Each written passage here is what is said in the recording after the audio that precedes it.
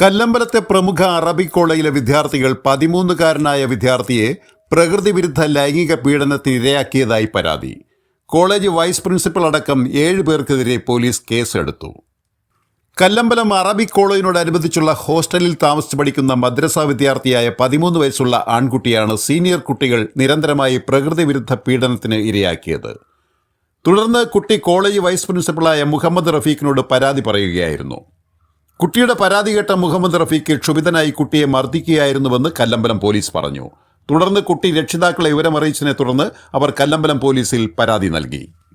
പരാതിയുടെ അടിസ്ഥാനത്തിൽ കിളിമാനൂർ തട്ടത്തുമല ഹൈസ്കൂളിന് സമീപം താമസിക്കുന്ന 22 വയസ്സുള്ള മുഹമ്മദ് മുബ്സിൻ, മണമ്പൂർ തോട്ടക്കാട് സ്വദേശിയായ AH മൻസിലിൽ 24 വയസ്സുള്ള മുഹമ്മദ് ഷമീർ, മണമ്പൂർ തോട്ടക്കാട് സ്വദേശിയായ നൂർ മഹലിൽ താമസിക്കുന്ന കോളേജ് വൈസ് പ്രിൻസിപ്പൽ കൂടിയായ 53 വയസ്സുള്ള മുഹമ്മദ് റഫീഖ് എന്നിവരെ കല്ലമ്പലം പോലീസ് അറസ്റ്റ് ചെയ്തു. സീനിയർ വിദ്യാർത്ഥികളുടെ ക്രൂരമായ പ്രകൃതി വിരുദ്ധ ലൈംഗിക പീഡനത്തിനിരയായ കുട്ടി വൈസ് പ്രിൻസിപ്പളായ പ്രതിയോട് പരാതി പറഞ്ഞപ്പോൾ പോലീസിനെയോ മറ്റു ഉന്നത അധികാരികളെയോ അറിയിക്കാതെ പ്രതികളെ സംരക്ഷിക്കുന്ന നിലപാട് സ്വീകരിക്കുകയും കുട്ടിയെ മർദ്ദിക്കുകയും ചെയ്തതിനാണ് അധ്യാപകനെതിരെയും പോലീസ് കേസ് രജിസ്റ്റർ ചെയ്തിരിക്കുന്നത്. 13-കാരനെ ക്രൂരമായി പ്രകൃതി വിരുദ്ധ പീഡനത്തിനിരയാക്കിയതിന് സീനിയർ വിദ്യാർത്ഥികളായ 4 പ്രായപൂർത്തിയാകാത്ത കുട്ടികളും ഉൾപ്പെടുന്നു.